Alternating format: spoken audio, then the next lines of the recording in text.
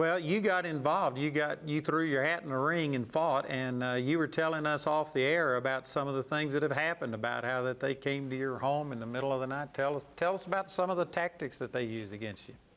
So the guidestones fell down with lightning on Wednesday. That Monday night, we're up late, actually. It was like 12 o'clock. We usually go to bed before then. It was the Lord, thank God. Actually, at 9 p.m., we went around our property. We have 3 acres with a pond, and it was raining. And I told my husband, I said, I feel like we need to go and pray over our property. And we've anointed our house, but I've never done that.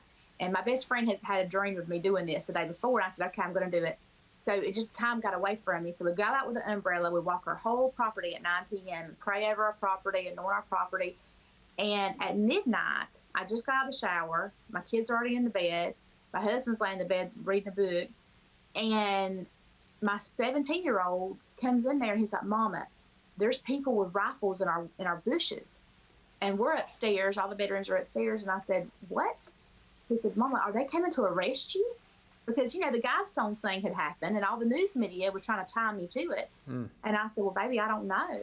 I hope not. I mean, I haven't done anything wrong, but, I don't know. And so I got dressed, and we have about 12 cameras around our house. My parents installed that when I was running for governor because I got paranoid. And so we turn on the cameras, and we can see people all around our house, about 18 officers, and they have pistols drawn. They have rifles pointed.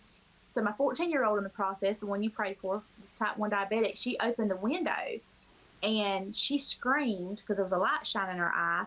We went back and looked later, and there was someone with a rifle pointed in her window with the light at the end of it, and they were saying, put your hands up. But she couldn't hear them, but they thought it was me because she looked so much like me.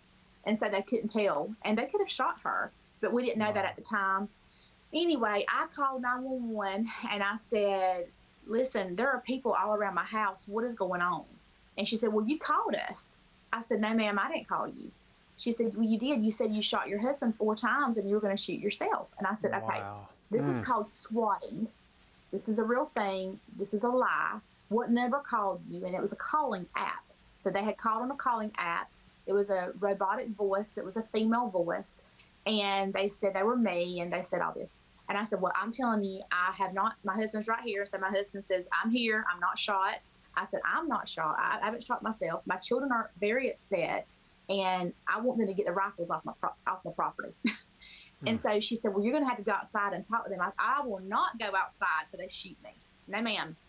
So we went back and forth for about 20 minutes. I finally went downstairs, and actually, one of the investigators on the front porch, my family calls me Candy, and he's like, Candy, open the door. I'm like, I'm not opening the door. And he said, we have to come inside and make sure you're okay. And he could see me and my husband. I said, we're fine. Why are you pushing this? And so anyway, after about 25 minutes, I let him come inside. I didn't go outside.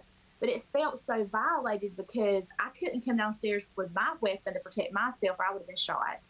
My law enforcement, who I love, that I work with all the time as an educator and working with safety, they were weaponized against my family. And they loved me. They were trying to protect and do what they were trained to do. And it made me so upset because it can happen to anybody.